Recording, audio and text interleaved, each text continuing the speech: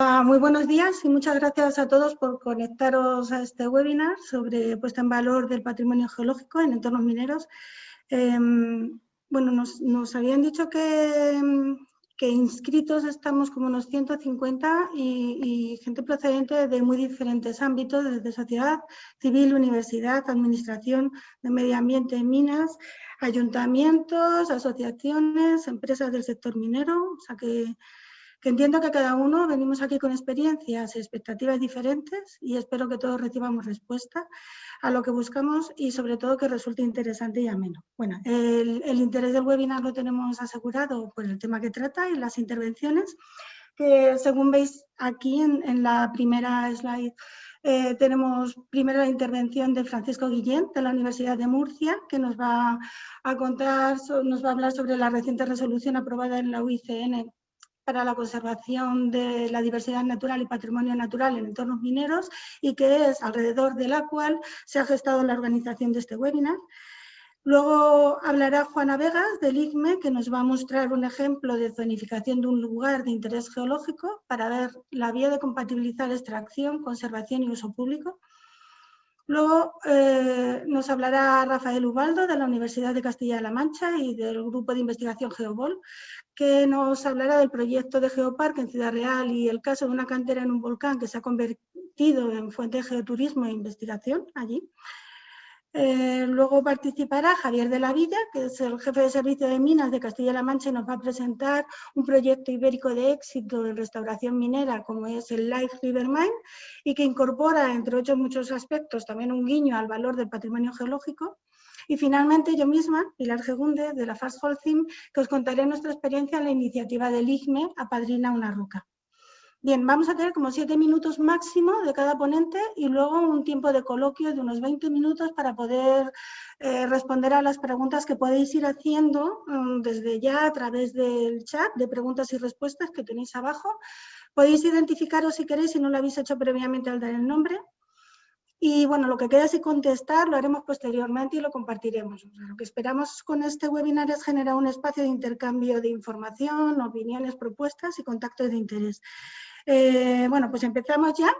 Empezamos ya con Francisco Guillén. Puedes ponerla ahí. Muy bien. Entonces, bueno, Francisco es investigador principal del Grupo de Investigación de Geología de la Universidad de Murcia y miembro de las juntas directivas de las principales asociaciones de defensa del patrimonio geológico y minero en España.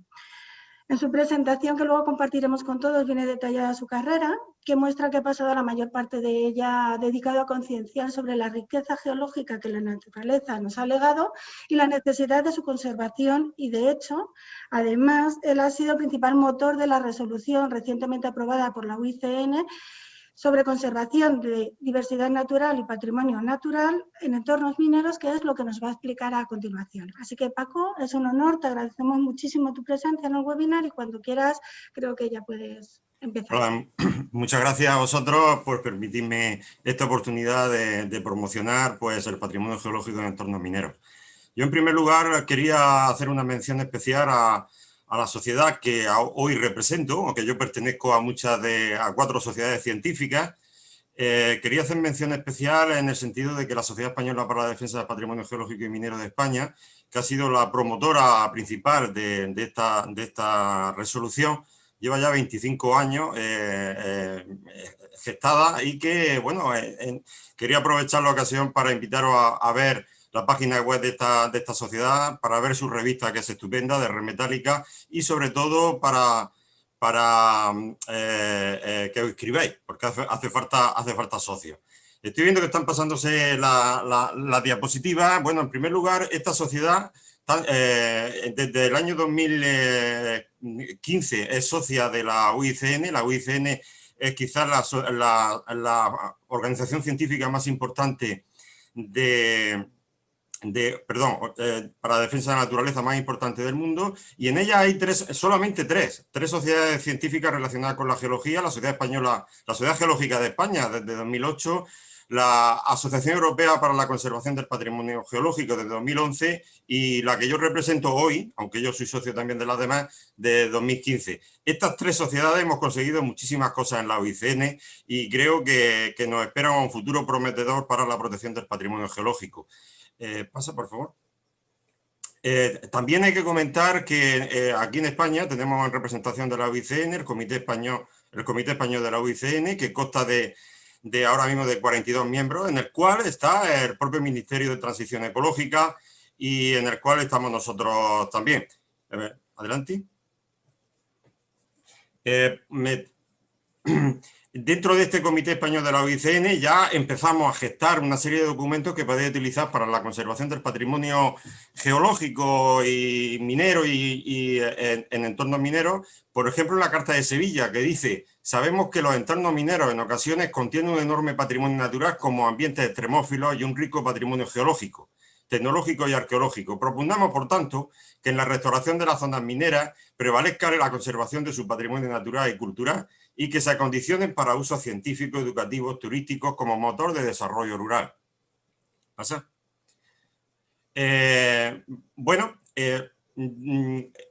Cada 4 años la OICN hace un congreso multitudinario a nivel mundial y bueno, quizás la primera resolución que se promulgó para la conservación del patrimonio natural y cultural fue en el 2016 en el Congreso de Hawái. Ahí veis la resolución, protección de los entornos costeros de los residuos de la minería, pero todas las demás que pongo hablan de una manera o de otra del patrimonio geológico. Adelante.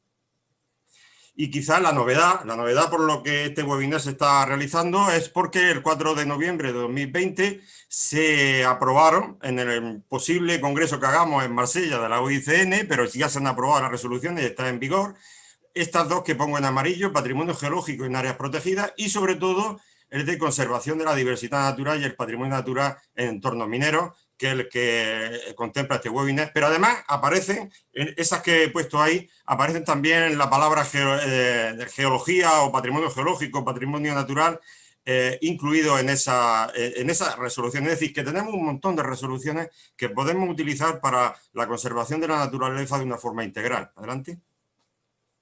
Bueno, tengo que hacer énfasis y ahora lo voy a leer. Simplemente lo que voy a hacer a partir de ahora va a ser leer esta resolución, porque yo creo que simplemente el texto ya lo dice todo. Pero tengo que hacer un poco de énfasis. Si observáis el título, pone conservación de la diversidad natural y el patrimonio natural en entornos mineros. Los redactores de esta resolución, Enrique Díaz, que está aquí con nosotros, y un servidor, tenemos que siempre pensamos en la diversidad, en utilizar palabras inclusivas. Es decir, que cuando se habla de conservación de la naturaleza no solamente se piensa en la biodiversidad, como normalmente se hace, sino también la diversidad geológica y en este caso también el patrimonio geológico. De ahí que nosotros tenemos que ser consecuentes con nuestros actos y por tanto así lo hicimos, cambiamos el título para incluir tanto biodiversidad como geodiversidad y yo creo que ha sido un éxito. Ahí veis las votaciones y prácticamente la mayoría de las organizaciones que votaron sí, ¿no? De 595 sí contra 30 no, y los demás se abstuvieron. Bueno, pues a partir de ahora voy a leer la resolución y van a aparecer imágenes que no tengo tiempo de explicar de lugares concretos donde se puede aplicar o se ha aplicado esta resolución ya, ¿no? Bien, la resolución tiene un preámbulo que dice: considerando que la actividad minera frecuentemente expone patrimonio geológico de relevancia nacional e internacional como cavidades kárticas, fósiles minerales o estructuras geológicas como la geoda gigante de las minas de Naica en México o la de Pulpí en España o las trazas fósiles de dinosaurios en las canteras de calizas cretácicas de Sucre, Bolivia, considerando que la actividad minera puede generar paisajes de gran valor estético que pueden llegar a ser declarados como paisaje protegido, como por ejemplo las minas de Río Tinto, Huelva, España, o como patrimonio mundial de la UNESCO, como las minas romanas de oro de las médulas de León, España. Aquí podríamos también poner, cómo no, la zona de mercurio del Parque Minero de Almadén, que también, como bien sabéis, patrimonio de la humanidad. Adelante. Considerando que en estos entornos mineros superficiales y subterráneos los procesos geológicos y biológicos pueden ser muy diversos y raros, pudiendo alojar especies únicas de minerales o de seres vivos que son muy útiles para el estudio del origen y evolución de la vida y la diversidad natural, tanto geodiversidad como biodiversidad en ambientes extremófilos de este y otros planetas, Recordando que los entornos mineros subterráneos y también a cielo abierto, es decir, las cortas y las canteras, son laboratorios naturales para investigar y enseñar los procesos naturales y sus resultados. Reconociendo que tras el cese de la actividad minera, la restauración del entorno minero puede dar lugar a una pérdida irreparable del patrimonio natural, tanto biológico como geológico y o cultural que había generado la explotación. Recordando las resoluciones de la UICN a favor de la geoconservación y la gestión adecuada de la geodiversidad y el patrimonio geológico, que exhortan a que el proceso de en concreto esa que he comentado anteriormente, que exhorta a que el proceso de restauración de entornos costeros y marinos afectados por residuos de la minería no afecte negativamente al medio ambiente, a la conservación del patrimonio natural y cultural, reconociendo que ya existen ejemplos de buenas prácticas para el uso científico, educativo y turístico de entornos mineros, como esta imagen que posteriormente se comentará. Adelante.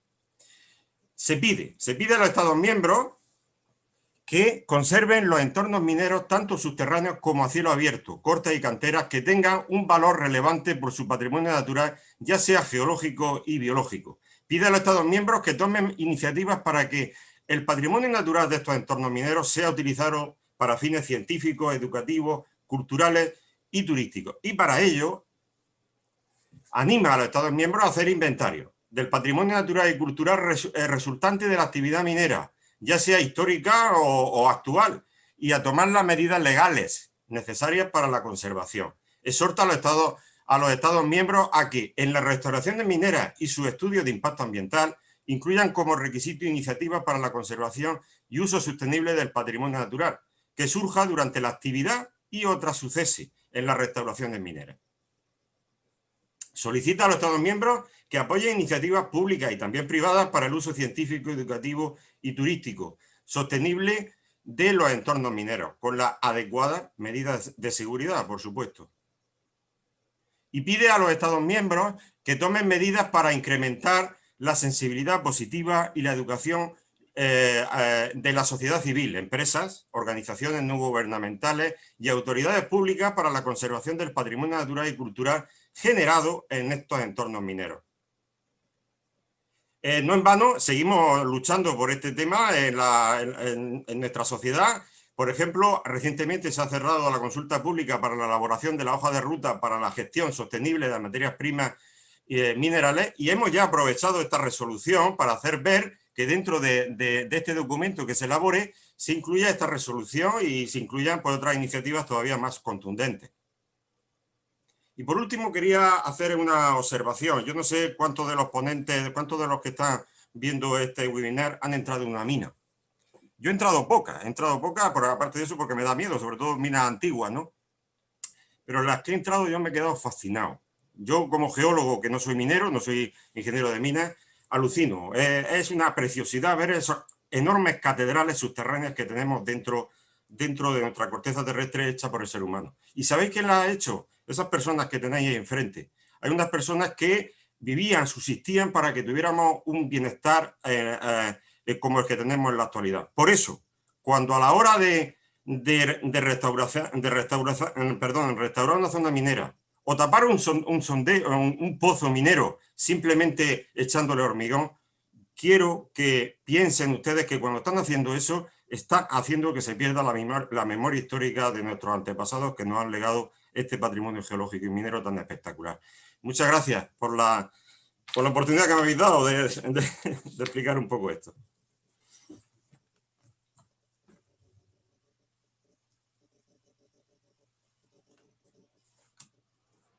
María, ¿no se oye? Ay, sí, perdonad, mira, que lo que me habéis dicho antes, de cuidado con... A ver, que muchísimas gracias, Paco, a ti por la presentación y por, bueno, ha sido conciso, genial. Ahora damos paso a Juana Vegas, que como he dicho antes trabaja en el área de patrimonio geológico y minero del IGME y forma también parte de Comisiones Internacional de Patrimonio Geológico. Ella es promotora de la defensa de lugares de interés geológico y de hecho lidera el proyecto de Apadrina una roca, del que luego hablaremos, y ahora va a entrar en detalle de la zonificación del valor patrimonial del lugar de interés geológico, volcán de Cerro Gordo y Mar de Barandillo, y su relación con la cantera de San Carlos. Así que, Juana, cuando quieras, por favor. Hola, buenos días a todos. Muchas gracias a la FARC por dejarme participar en la conferencia de hoy, en este webinar, y voy a presentaros un trabajo bastante novedoso que hicimos desde el área de patrimonio y lo realicé también, no lo hice yo sola, lo hice con mi compañero Javier Luengo. En la siguiente diapositiva estáis viendo que este es el interfaz que sale en el Inventario Español de Lugares de Interés Geológico, que recoge todos los lugares de interés geológico de nuestro país de relevancia nacional e internacional, y estas son sus principales características. Quiero decir que también es un lugar de interés geológico de valor científico medio, de tal manera que tampoco es, eso también lo hemos tenido muy en cuenta a la hora de realizar este trabajo. El objetivo general que planteamos fue sobre todo evaluar y zonificar el valor patrimonial dentro del LIG. Siempre hemos hecho cartografías donde se identifica su perímetro, pero esta es la primera vez que hacíamos una zonificación dentro de este LIG. Lo que queríamos demostrar con este trabajo era estimar esas posibilidades de compatibilizar la extracción de puzolanas y sobre todo si se podía garantizar que se mantenía el valor patrimonial y la conservación de este lugar de interés geológico.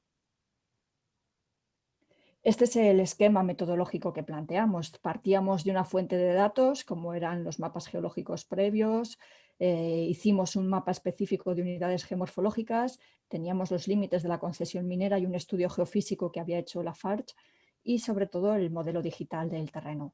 Con este análisis de datos, al final lo que llegamos a hacer es valorar esos elementos patrimoniales que hay dentro del LIG y sobre todo los impactos que podía suponer la explotación dentro del lugar. Así llegamos a la identificación de zonas compatibles e incompatibles con la explotación, de tal manera que propusimos una serie de medidas correctoras y protectoras que veremos a continuación, pero que sobre todo era la musealización de un espacio minero, una restauración geomorfológica, el diseño de una ruta interpretada autoguiada y sobre todo, lo que es muy importante, el mantenimiento y el seguimiento del estado de conservación del patrimonio geológico una vez que la explotación finalizara. Ahí tenéis algunos de los ejemplos de los mapas que hicimos. Hicimos una nueva cartografía geológica, puesto que los magnas de esta zona es verdad que tienen ya sus años de realización y reconstruimos los límites de cada unidad. En el siguiente mapa hicimos un trabajo muy exhaustivo, sobre todo de análisis de visibilidad de la zona de estudio con un análisis de las cuencas visuales, desde los principales puntos de referencia, desde Almagro y desde las dos carreteras que se da acceso al lugar de interés geológico, identificando, y lo veis en el mapa, aquellas zonas que no eran visibles desde ningún punto habitual que cualquier persona que se acerque a este lugar de interés geológico podría percibir y zonas que serían altamente visibles.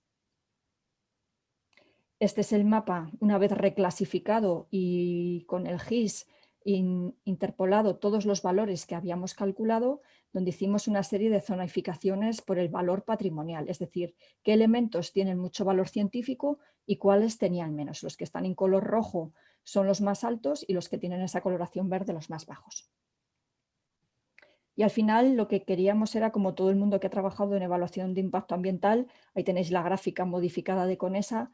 Lo que queríamos ver, sobre todo en esa parte de gráfica que está en color azul en la parte superior, es que a veces cuando se hacen obras de ingeniería o obras de minería, se descubren elementos geológicos nuevos que lo que hacen es que al final aumentan el valor y el impacto puede ser positivo. Con todo ello llegamos a esta matriz donde lo novedoso es que comparábamos la pérdida de valor patrimonial de ese valor científico de cada casilla que habíamos, de cada celdilla que habíamos identificado, con la compatibilidad del impacto por la extracción.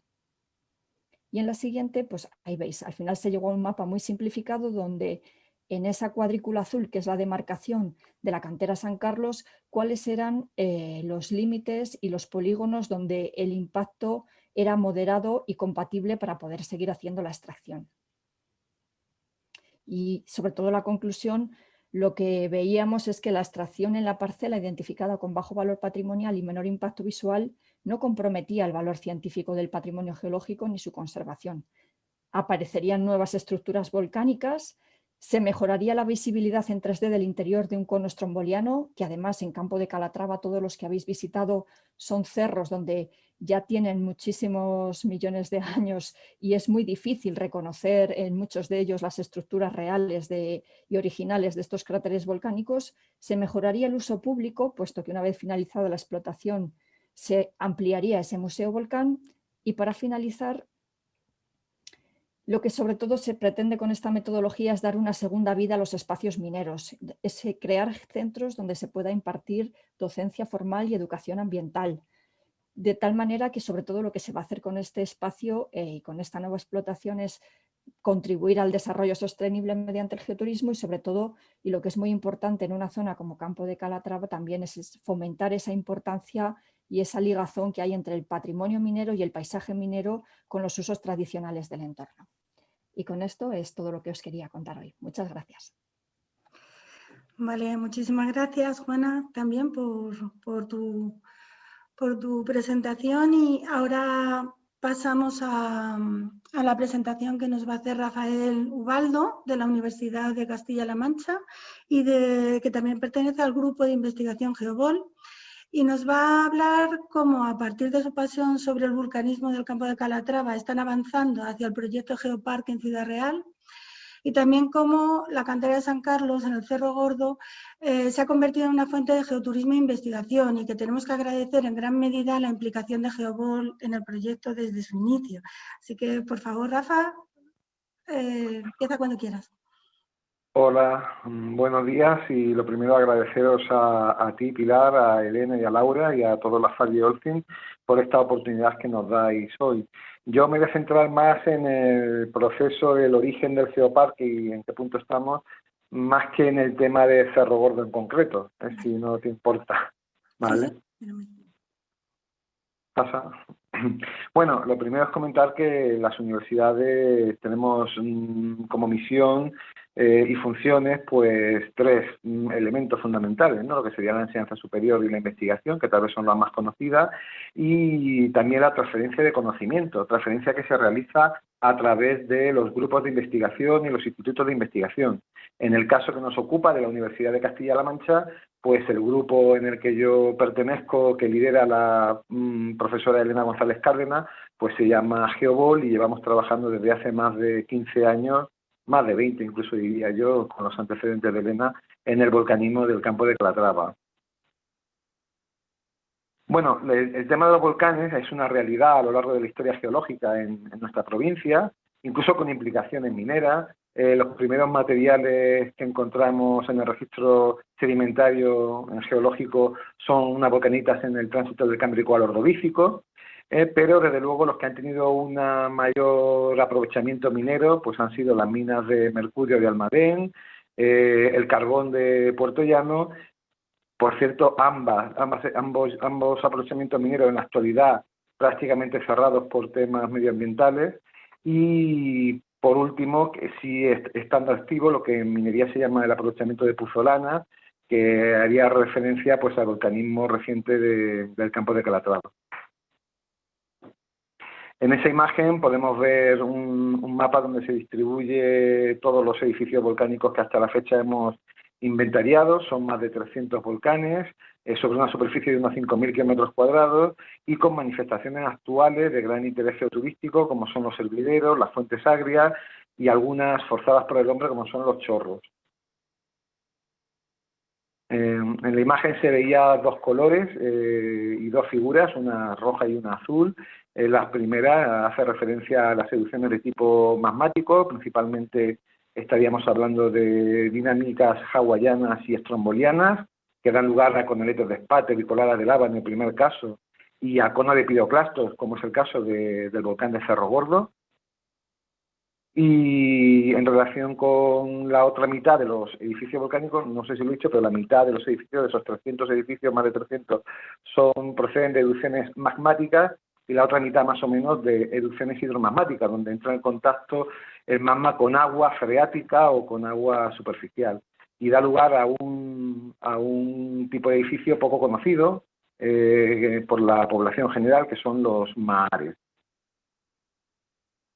Precisamente estos mahares son capaces de albergar láminas de agua temporales, dando lugar a un complejo de humedales que posiblemente sea una de las aportaciones más interesantes de este proyecto de geoparque, junto con el tema de las mineralizaciones de mercurio de Almadén y junto con los yacimientos paleontológicos de la cuenca carbonífera de Puerto Llano.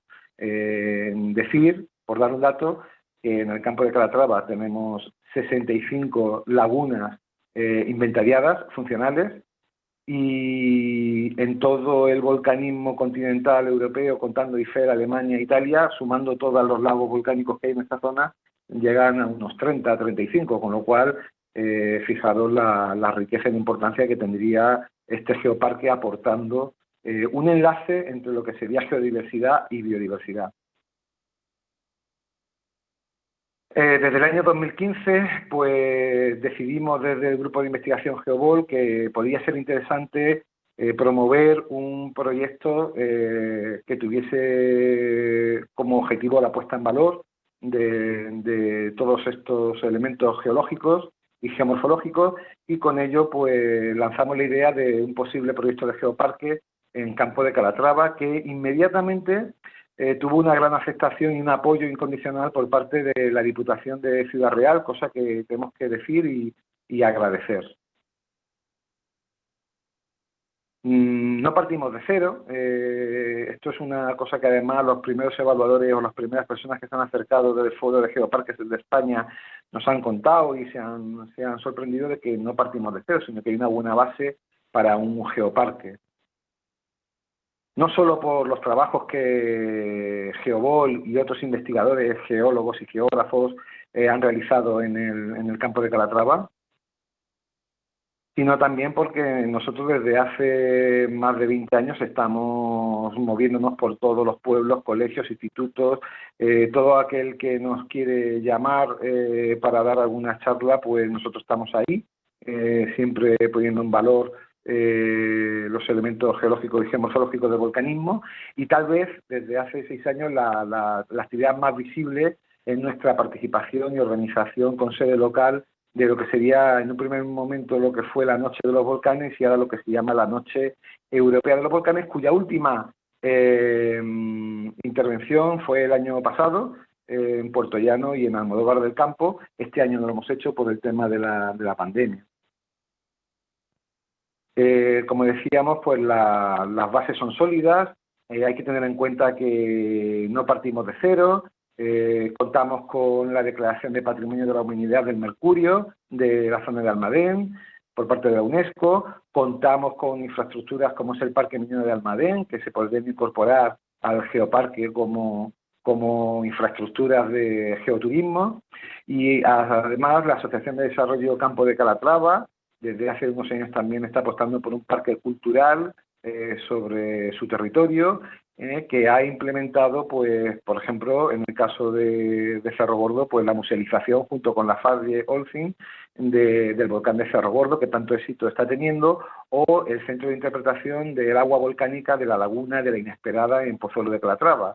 Asimismo, contamos con el Museo de la Minería de Puerto Llano y pocos, a mi juicio, y a juicio de GeoVol, pocos espacios que están dentro de la red de áreas protegidas de Castilla-La Mancha como monumento natural y menos aún los que están incorporados a la red Natura, que en cualquier caso son unas pocas lagunas de origen volcánico.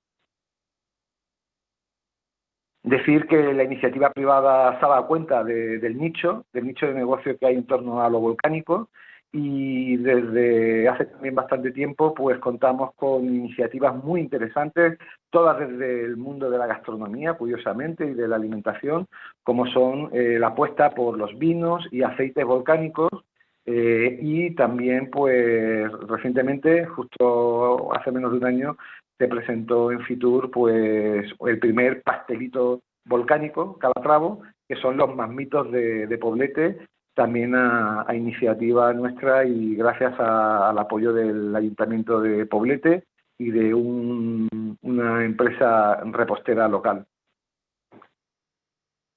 Este año, precisamente, se cumple el 20º aniversario de la Red de Geoparques Europea, que se integra a su vez en la red global de geoparques de la UNESCO.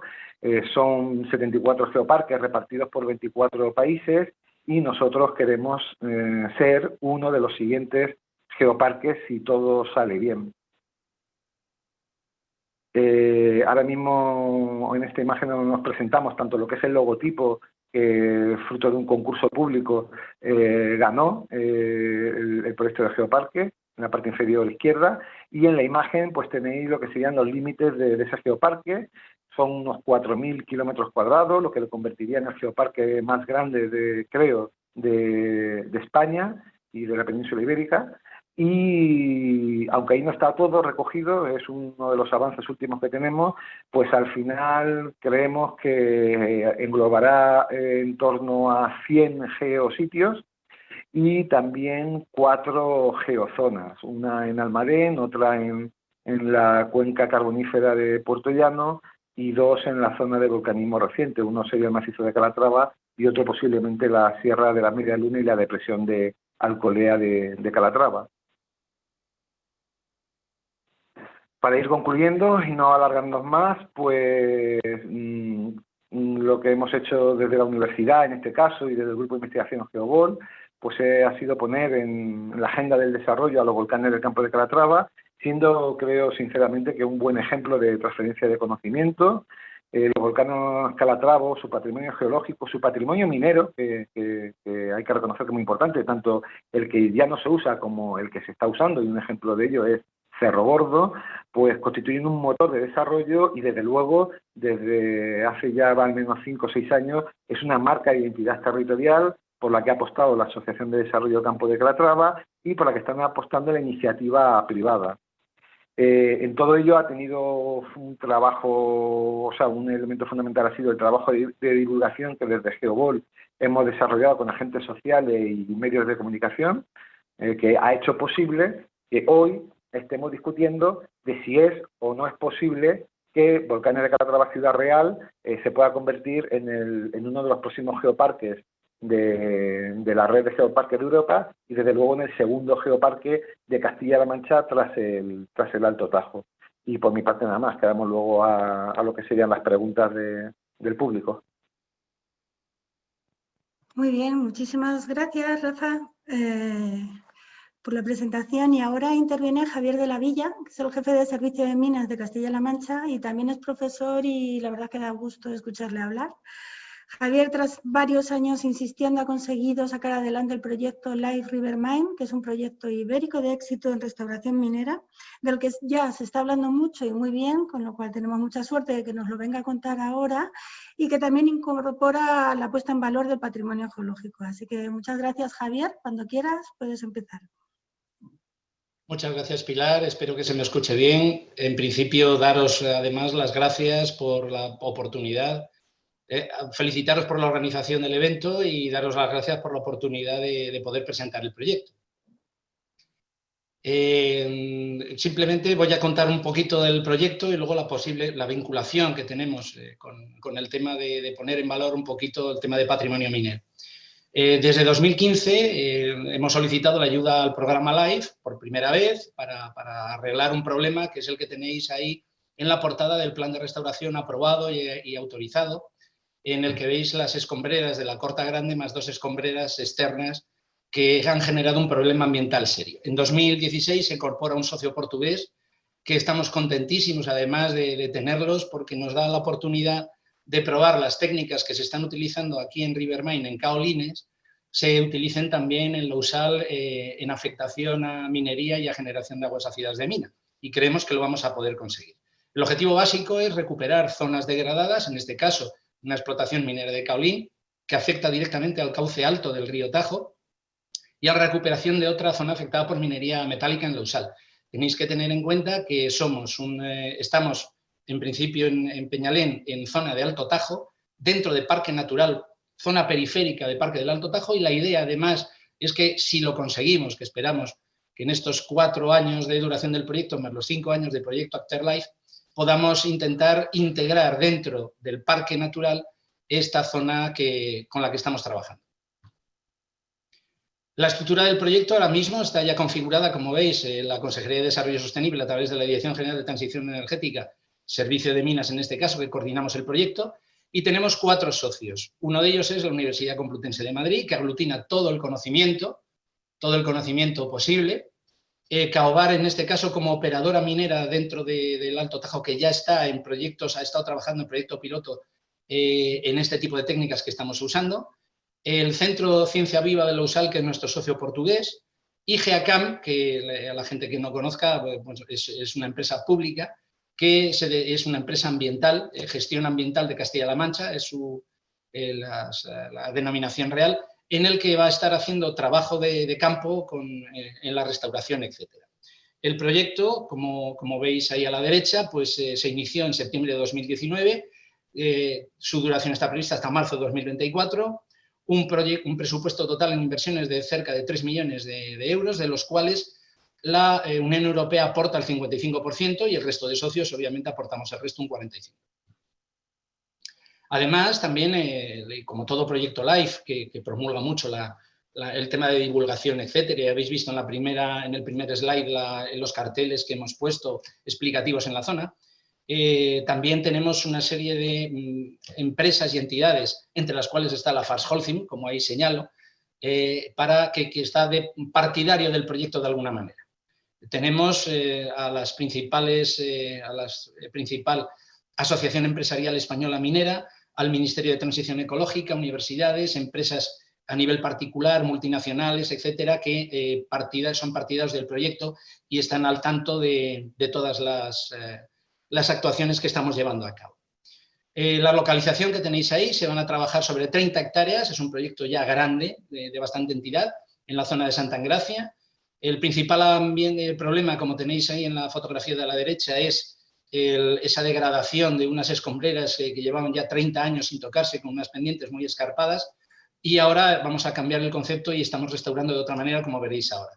En Portugal se va a hacer un trabajo sobre 1,5 hectáreas en una antigua mina de pirita, y lo que se pretende allí es un proyecto piloto para, como ya os comentaba antes, intentar mitigar la generación de aguas ácidas de mina dentro del río Sado. O sea, nuestro fundamental cuestión es, y como habéis visto por el nombre del proyecto, es River Mine.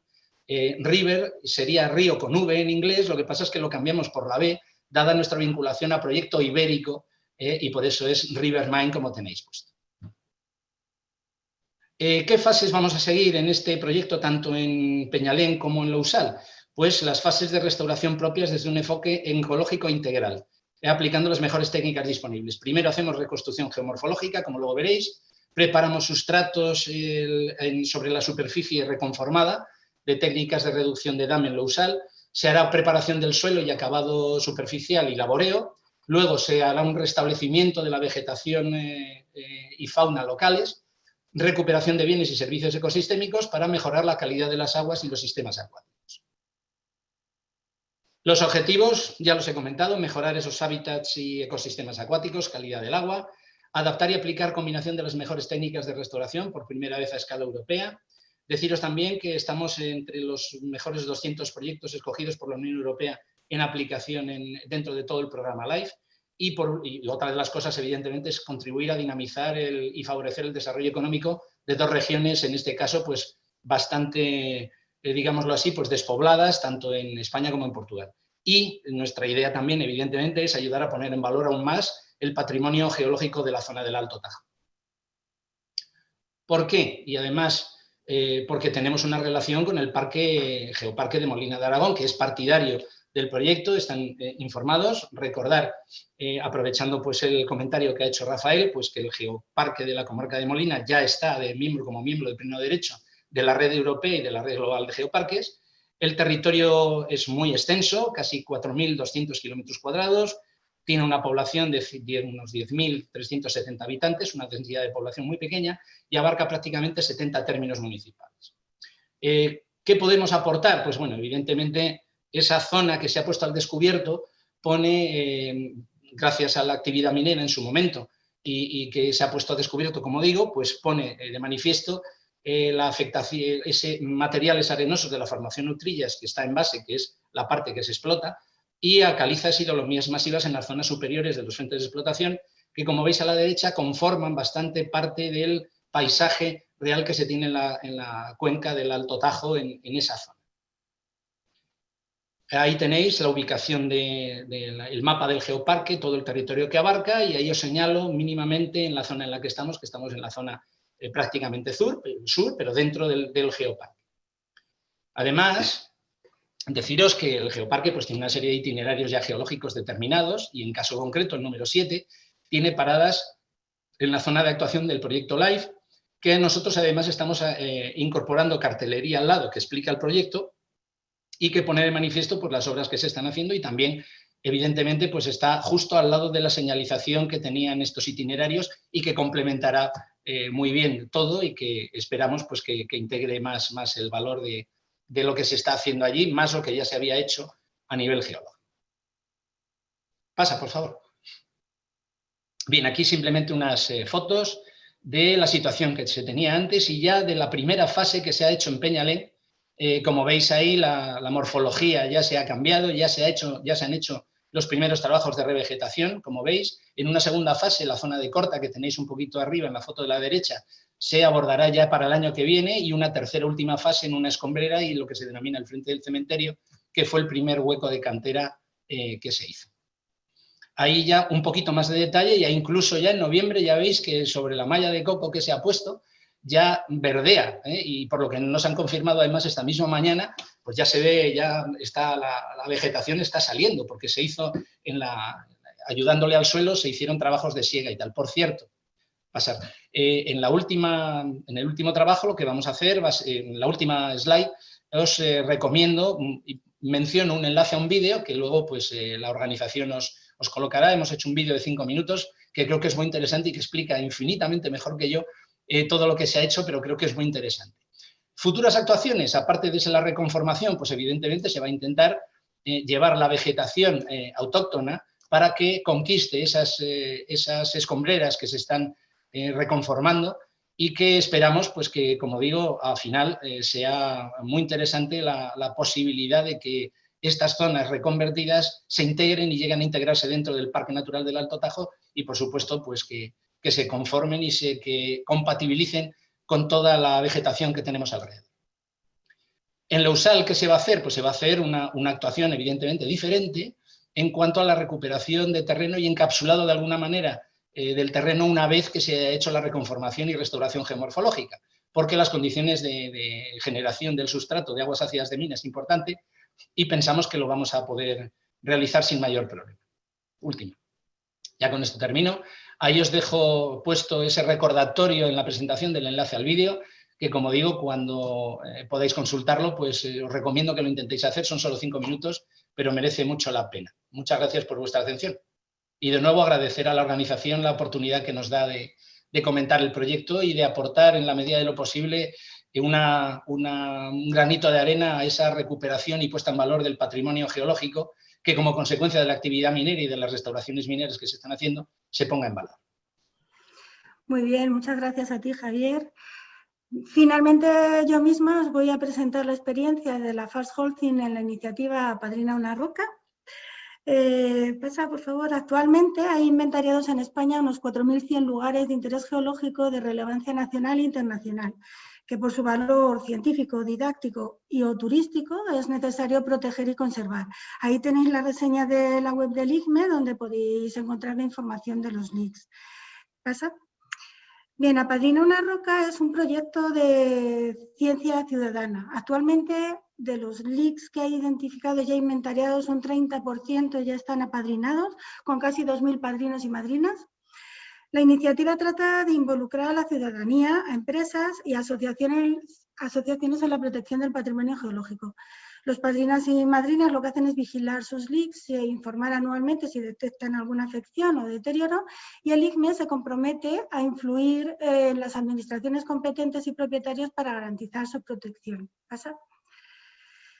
Bien, la empresa donde trabajo, la Fast Holcim, es una empresa que se dedica a la fabricación de materiales de construcción con presencia mundial, 75 países, 72.000 empleados, unas 2.300 instalaciones entre fábricas de cemento, hormigón y canteras de árido. Por tanto, Es una empresa que, buscando dar servicio a la sociedad, consume una enorme cantidad de recursos naturales que proceden de canteras. Y no es difícil encontrar que muchos de estas canteras están relacionados o pueden estar relacionados con lugares de interés geológico. Por tanto, nos encontramos con una oportunidad de ofrecer otro servicio a la sociedad, que es poner en valor el patrimonio geológico existente en las propias canteras o en su entorno. Bueno, ahí, quédate ahí. A ver, sabemos que abrir una cantera frecuentemente expone patrimonio geológico relevante, como son cuevas, fósiles, minerales, fallas, plegamientos. Son, por tanto, laboratorios naturales para investigar y enseñar estos procesos. De hecho, nos cuentan como un libro abierto cuál fue la historia geológica del lugar. Por otro lado, también la minería puede generar paisajes de gran valor estético, como bueno, el caso de las médulas que ha nombrado antes Paco, y señalan características culturales del lugar, ¿no? De qué materiales han sido históricamente construidas las casas, las tapias de los campos, los castillos.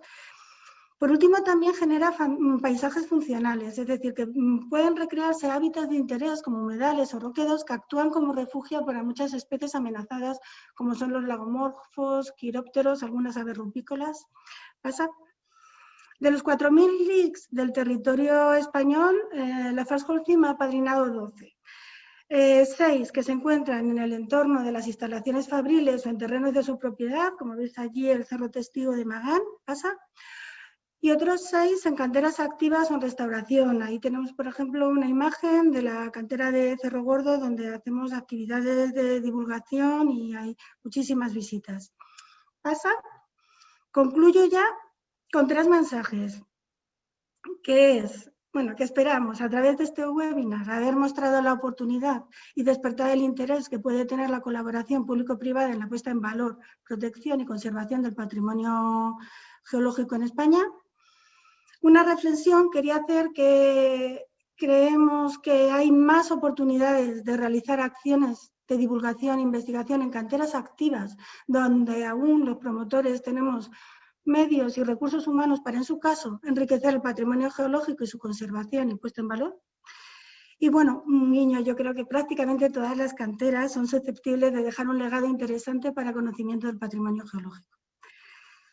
Bueno, y sin más, ya pasamos al coloquio, que ya nos quedan solo, bueno, pues como un cuarto de hora, ¿vale? Entonces, revisando las preguntas que habéis lanzado en el chat, a mí me gustaría empezar por una que nos trasladaron hace un par de días, Luis Fernández, de la Universidad Federal do Paraná, en Brasil, que nos preguntaba que cómo se percibe y evalúa la total desregulación de la legislación de conservación en Brasil hoy y su daño al futuro del planeta, y cuál es el papel de las instituciones para la conservación del patrimonio geológico y mineral en revertir este escenario agresivo depredador. Yo uno esta pregunta con una cuestión que se me ocurre, que es conocer, entender, a ver si nos podéis contestar, qué consecuencias tiene la aprobación de la resolución de UICN de conservación de diversidad natural y patrimonio natural en entornos mineros. Entonces, quería dirigir esta pregunta a Enrique Díaz, del IGME, que también está aquí entre los panelistas, que conoce bien los mecanismos del UICN para hacer valer estas resoluciones, y luego también a Francisco Guillén, como impulsor desde la Sociedad Española de Defensa del Patrimonio Geológico, que nos hable de algún caso concreto en el que se haya intervenido directamente. Por favor, ¿tiene la palabra Quique? ¿Puede? Sí, ¿se me oye? Sí. Sí. Si puedes repetir las preguntas que ha hecho el colega de Brasil, Luis. Vale, el colega de Brasil viene a hacer una crítica de cómo se percibe y evalúa la total desregulación de la legislación de conservación en Brasil y el daño del planeta, y que cuál es el papel de las instituciones, pues entiendo que como el IGME o la Asociación de Conservación, para revertir este escenario.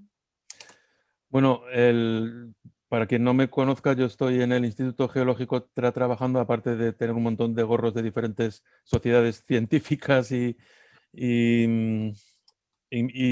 como he comentado Paco, estamos activos intentando que se modifiquen estas cosas a nivel internacional, como esta resolución que estamos tratando aquí ahora.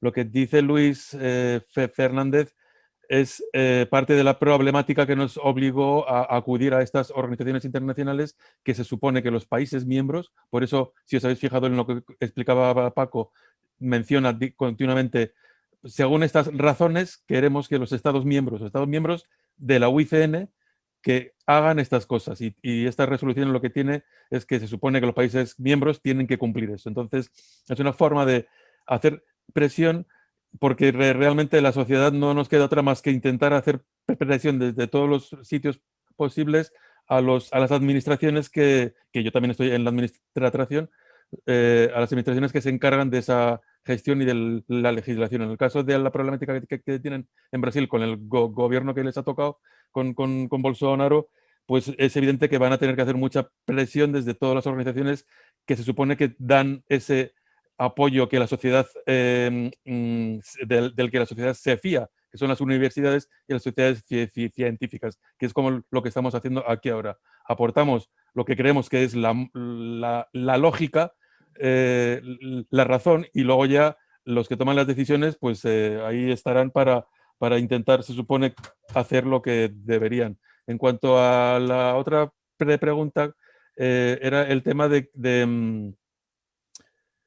qué pasa ahora, ¿no?, desde la UICN para poner esto, para llevar a cabo esta resolución. Insisto, por un lado, lo que he visto que puede haber algo de conflicto entre los que creen que el patrimonio geológico es lo mismo que el patrimonio minero. No, o sea, el patrimonio geológico es un tipo de patrimonio natural, el patrimonio minero son lo que resulta de la actividad humana, y por tanto, si hay cosas que sean de interés por la parte minera, eso sería patrimonio cultural, no patrimonio natural, no sería patrimonio geológico. Entonces, ahora estamos hablando del patrimonio geológico, y dentro de la UICN pues hay una comisión, hay muchas comisiones, pero hay una que es la Comisión Mundial de Áreas Protegidas, y en esa comisión está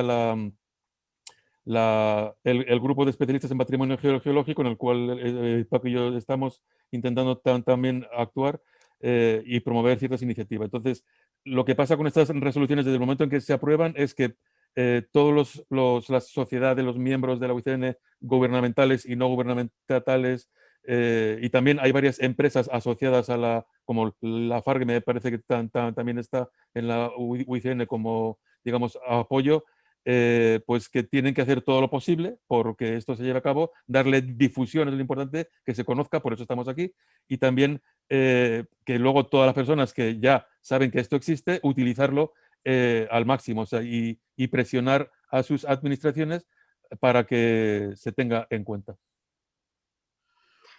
No sé si Paco quiere decir algo. Bueno, estoy de acuerdo con Enrique totalmente. Esto es una cosa novedosa. Lo que es el tema minero y la minería socialmente no se ve bien, pero esto afortunadamente está cambiando y debe cambiar, y para eso tenemos que utilizar todos los medios posibles a nuestro alcance, y la resolución esta que hemos comentado, como dice Enrique, es importante en el sentido de que, por ejemplo, el Ministerio de Transición Ecológica forma parte de la UICN, por lo tanto yo no vería coherente en el que, por ejemplo, en el programa de patrimonio natural que tienen que realizar ahora, o en lo de las materias primas que hemos dicho, en la hoja de ruta, pues no tuvieran en cuenta esta resolución. Yo no sé si tengo tiempo de poner algunos ejemplos de mi región de Murcia, muy pequeños, pero que ilustra enormemente lo que estamos analizando en este webinar. Pilar. ¿Sí? No se te oye. Perdona, que si es corto así, que ya tenemos varias preguntas aquí de los asistentes. O sea, que alguna cosa corta, dinos. Sí, mira, solamente tenéis que tener en cuenta que esto lo que hay que meterlo es esta resolución, como dice la propia resolución, hay que ponerla en las leyes. Es decir, que hay que legislar y legislar bien. Os pongo aquí un ejemplo, pero de antes de la resolución, el decreto de 274 de 2015 del catálogo de los lugares de interés geológico de Aragón, en uno de sus artículos dice: a la hora de restaurar minas y canteras que formen parte de un lugar de interés geológico, se adoptarán las medidas necesarias para facilitar la observación del hecho geológico. Es decir, que no es una cosa novedosa, es una cosa que tenemos que tener presente, pero que ya viene de antiguo. Dos ejemplos concretos aquí en mi región de Murcia. Por ejemplo, el cabezo gordo de Calasparra, de roca ultrapotásica única en el mundo, bueno, que se llama Cancalita en este caso concreto, también se podrían llamar Jumillita, Fortunita, depende de la composición. Ya veis que son nombres locales que muestra municipios de mi región a nivel mundial. Fue explotado como una cantera. El agujero de la cantera se rellenó de escombros y posteriormente en un congreso geológico en el año 2000 de patrimonio geológico, por ahí he escuchado también una noticia, una pregunta de cómo es posible que las investigaciones sobre patrimonio geológico no tengan valor a la hora de evaluar sesenios o transferencias o tal. Bueno, pues posteriormente, después en ese congreso geológico, conseguimos parar ese vertedero y hoy día está como un lugar de interés geológico de la región de Murcia. Otro ejemplo muy grave, por ejemplo, fue en la zona de Cantera, en Cartagena. Cantera se llama así por las explotaciones romanas de cantería para hacer todos los edificios históricos de muchas partes de la región de Murcia, pero sobre todo de la bella ciudad de Cartagena. Esa zona de cantera, hasta hace muy poco tiempo, la cantera en sí, espléndida, como digo, desde el punto de vista de interés geológico también, llena de escombros, utilizada para rellenar esa zona, para vertir escombros de la construcción, y así nos olvidamos de ellos. Hoy día, gracias también a la compra de parte de la cantera de la Asociación de Ecologistas ANSE de la región de Murcia, está conservada y se está potenciando para su uso turístico. Y así, yo sé que todos vosotros, que ahora mismo sois 94 los que estáis escuchándome, tendréis muchísimos ejemplos. Por lo tanto, respecto a las preguntas y todas estas cosas que estáis comentando, es solamente concienciación social. Y ahora, a partir de ahora, quizás tenemos que obligar a las administraciones que no hagan las restauraciones tan brutales que se han hecho hasta ahora. Estamos cambiando, afortunadamente. Y por último, quería decir que lejos de ser muy pesimista, yo creo que ahora más que nunca estamos pensando en la conservación de la naturaleza, mucho más que antes, y tenemos que seguir con este ritmo. Gracias. Ya, por mí. Muy bien. Muchas gracias. A ver, tenemos bastantes preguntas. Tenemos una aquí que dice: buenos días, soy Adrián Navas Bermel y mi pregunta es para don Javier de la Villa. Le pregunta: ¿cree que en la zona del Alto Tajo la puesta en valor de este territorio tendrá efectos sobre el fenómeno de la despoblación? Y en segundo lugar también pregunta tanto a Rafael de la Villa como a Rafael Ubaldo si cree que la nueva estrategia regional de educación ambiental servirá para difundir y divulgar mejor los proyectos de geoparque y sus valores a conservar. Por último, si saben si existe alguna iniciativa de conservación en el Parque Nacional de Cabañeros. Bueno, Javier. Pues muchas gracias por alusiones y luego Rafael también que comente lo que sea. Con relación a la primera, el tema del despoblamiento, pues tristemente la cuestión del despoblamiento tiene que ver normalmente con la actividad económica. Afortunadamente, el hecho de que exista, por ejemplo, ahora mismo una empresa minera trabajando en la zona del Alto Tajo que está incrementando plantilla, implica el hecho de que haya gente y haya posibilidad, hay una actividad económica y en consecuencia pues hay una posibilidad de poblamiento, ¿no? La cuestión está en que la actividad de esa empresa minera pues sea lo más compatible con el medio ambiente posible y que haga restauraciones como las que se está haciendo. O sea, de hecho, esta empresa allí en esa zona, pues yo creo que se va a contribuir a ello, ¿no? Estas restauraciones bien hechas, al final, y nuestro proyecto prevé que así sea, será un ejemplo al que podrán ir de visita, no ya digo turística, sino más bien educativa. O sea, ya hay visitas de universidades, centros, institutos, etcétera. Está previsto que así sea. Y en la divulgación del proyecto que tenemos previsto del LIFE, espero que se consiga. Evidentemente, llegar a poblar aquello nuevamente, pues, insisto, depende de la actividad económica. En cuanto a la segunda pregunta que me hacías, del tema de la educación ambiental, evidentemente, y nosotros desde la propia Consejería de Desarrollo Sostenible, en la parte que nos corresponde, nosotros participamos también en másteres de profesorado, por ejemplo, en las que presentamos el proyecto para futuros profesores, y también estamos dando cursos a profesores ya en sus cursos de reciclaje sobre actividades mineras, etcétera, etcétera, de tal manera que ya digamos que desde el nivel educativo más básico, pues estas cosas se vean, ¿no? Y no se demoniza la minería hasta cierto punto, que la verdad es que en algunos casos nos lo hemos ganado a pulso por actuaciones mal hechas. Realmente llevamos una serie de años cambiando la mentalidad y este tema del patrimonio minero, restauraciones nuevas con otros enfoques, mejora de la biodiversidad incluso en algunos casos que se puede conseguir, pues queremos intentar que la sociedad pues, bueno, lo acepte, lo conozca, sobre todo porque además se desconoce en gran parte lo que se está haciendo, que se están haciendo muchísimas cosas con ejemplos muy buenos, y que no se conocen del todo y siempre se conoce el caso malo, ¿no? Entonces, también iniciativas como el Geoparque con el tema de Cerro Gordo que tenéis, que ahí está en Ciudad Real, pues es otra cosa más, a mi modo de ver, muy interesante. O sea, es una antigua explotación minera que ha puesto de manifiesto, como consecuencia de una actividad económica, pues un patrimonio geológico que es la lectura de un libro en una pared.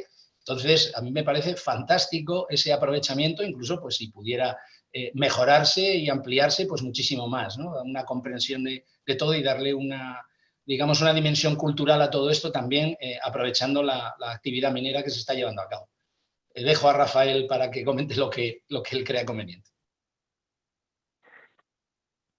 Bueno, en el caso concreto de las dos preguntas que hace Adrián, en relación con la estrategia regional aprobada recientemente de educación ambiental en Castilla-La Mancha, te puedo decir que no hay ni una sola referencia al patrimonio geológico o al patrimonio minero en la misma, ¿no?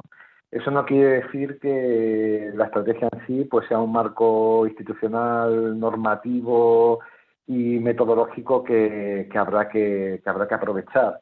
Y en cuanto al tema de Cabañeros, igual Javier sabe algo más. Yo lo único que conozco cercano al parque es precisamente una cantera que se ha restaurado por parte de la FARC de Olcin en Charco del Tamojo, en Fuentealfreno o Malagón, si no me equivoco.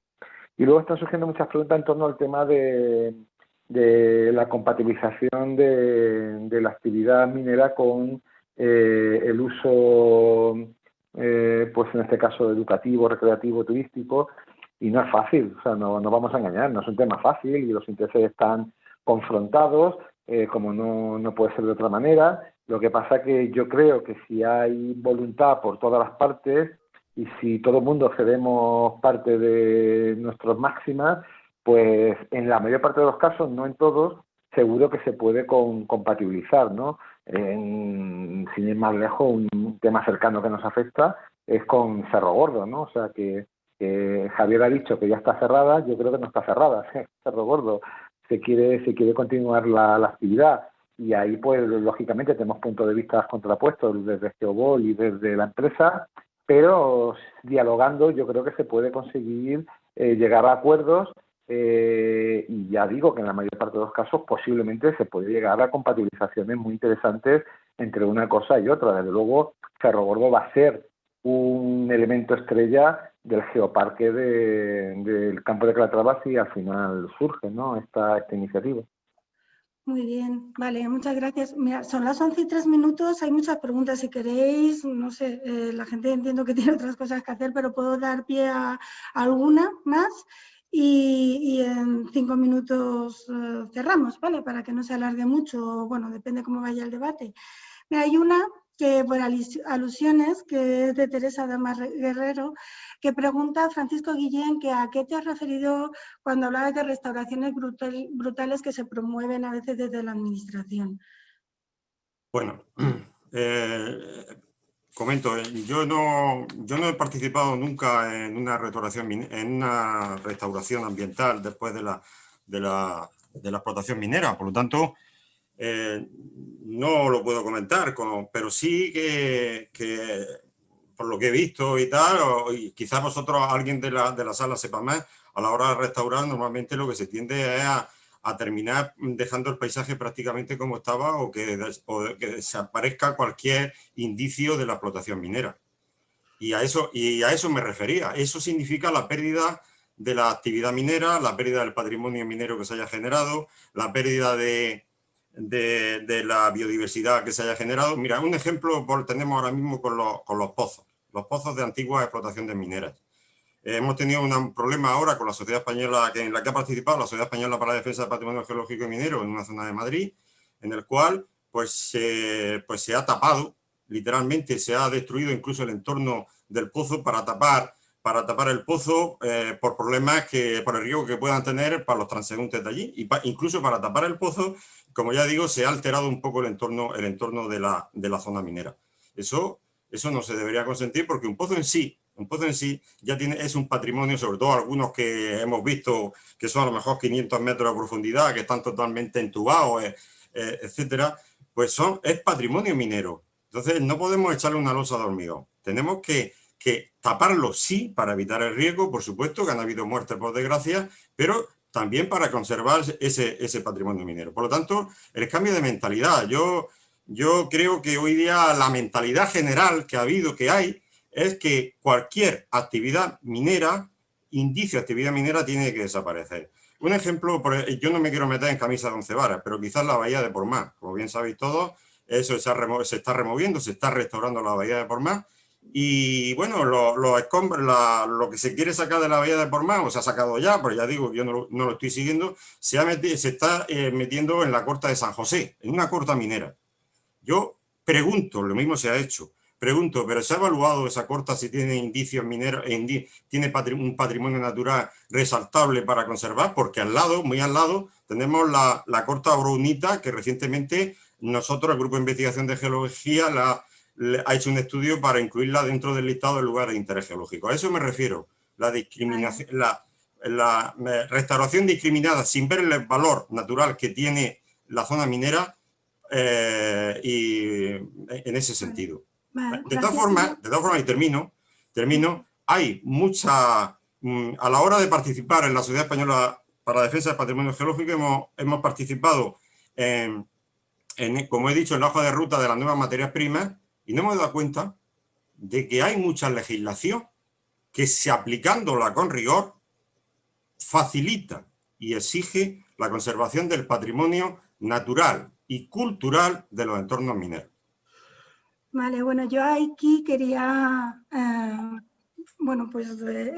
expresar que esto de las restauraciones que se tenían al uso, ahora mismo desde la Administración ya se está dando otra orientación, y es verdad que nosotros en algunos de los proyectos de restauración, pero no solo de restauración, incluso el avance de las canteras, nos estamos encontrando que la Administración facilita las modificaciones de estos programas de restauración antiguos al uso para poder exponer o dejar expuestos patrimonio natural o hábitats para especies interesantes que se están refugiando en las canteras. Entonces, bueno, yo creo que ya en estos últimos años hay una visión mucho más constructiva a la hora de restaurar, y no es todo tapar, suavizar y poner un ejército de árboles como antes, sino que ahora mismo es una cosa bastante más interesante lo que se está haciendo.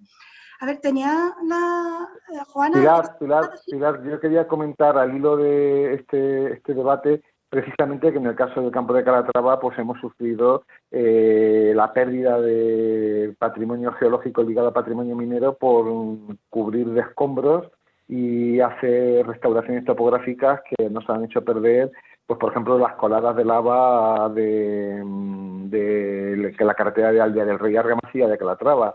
Y tú imagínate si a vosotros os obligasen a hacer la restauración, que es casi imposible, pero bueno, si obligasen a hacer la restauración de la cantera de Cerro Gordo topográfica, pues sería una pérdida de patrimonio importantísimo que no podríamos permitir, ¿no? Solamente eso.